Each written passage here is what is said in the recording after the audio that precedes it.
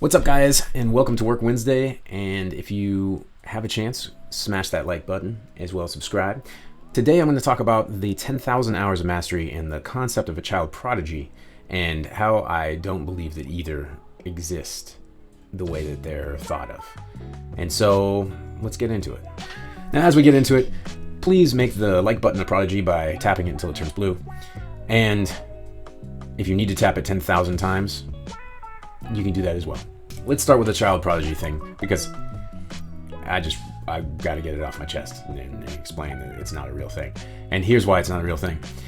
I've taught thousands of people, all ages, and I've seen 6-year-olds become prodigies, so to say. They played Joe Satriani tunes on their 6th week of playing, and they sounded, like a 6-year-old who was really excited about something and learned a lot about it and played it decently well. And it's a challenging song, and so people would say, wow, it's a prodigy.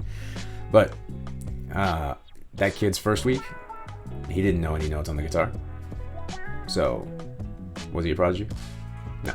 I've also taught 50-year-olds who, in the same time period, have gone to do Joe Satriani songs, or Steve Vai songs, or Eric Clapton songs, or whatever, whoever you want to name. It's not to say that one was better than the other. They just were passionate about it at the same time for the same duration.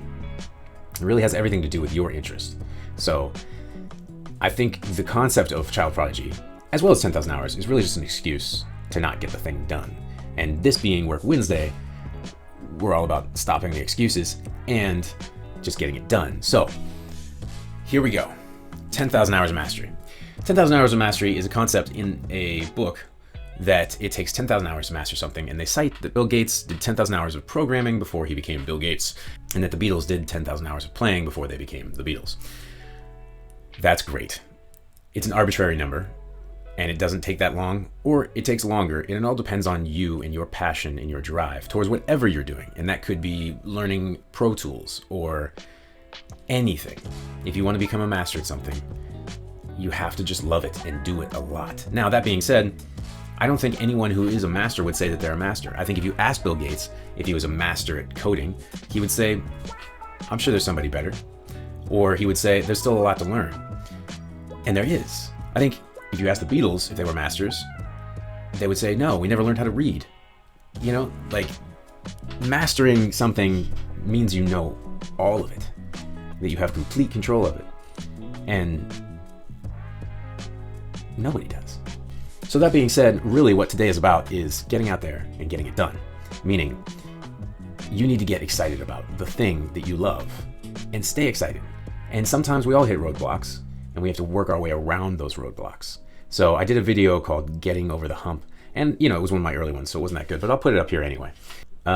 In that video, I kind of cite that sometimes you just have to push through until you fall in love with it again. And that is exactly this. If you're struggling and you want to keep pushing to become a prodigy or a master, it really just takes drive and pushing through the hard times until you force yourself to fall back in love with it and become dependent on it.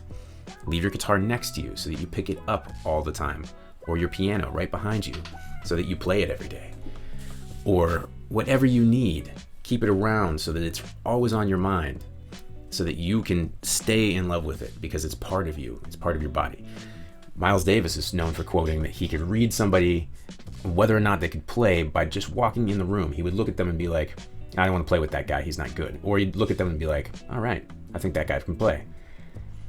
It's because, well, whether or not I believe that that's a really accurate way to judge somebody's playing, it's besides the point, but it's because if you spend enough time with something, it becomes natural to you. So you start walking around with it as if it's part of your body, and so it looks very natural on you. So that's the whole concept behind that when he said that kind of thing. Anyway, spend time with it. Do it more. That's Work Wednesday. Tomorrow, Thursday, I'm going to talk about chord progressions and what makes, well, actually, I'm going to talk about the tensions in every chord. It's going to be a real heavy one. So wish me luck. Functional Friday, I think I've got a cool one, but I don't want to say what it is because it's going to take a lot of work to make. And so I don't want to promise that I'm going to have it done. But it's going to be a fun one. As far as a giveaway, this month, I'm probably going to give away a couple things, but one of them is going to be handy dandy chord tuner. We all have had one of these in the past. Everybody has one. Almost every bass player always has one for some interesting reason. So if you're a bass player, you know a bass player, this is the perfect stocking stuffer. And you can win it at the end of the month. Actually, it won't be there in time for stockings, sorry. You can win it at the end of the month just by watching the videos, liking the videos, subscribing to the channel, and then commenting on the day of the giveaway that you would love to have it and the reasons why. Comments always help. Let me know if this information is helpful, and if you need anything in particular from someone who's made it in the music industry, but not necessarily as a superstar, then I'm here for that. That's really what this channel is all about. So anyway, have a great day, and I'll see you tomorrow.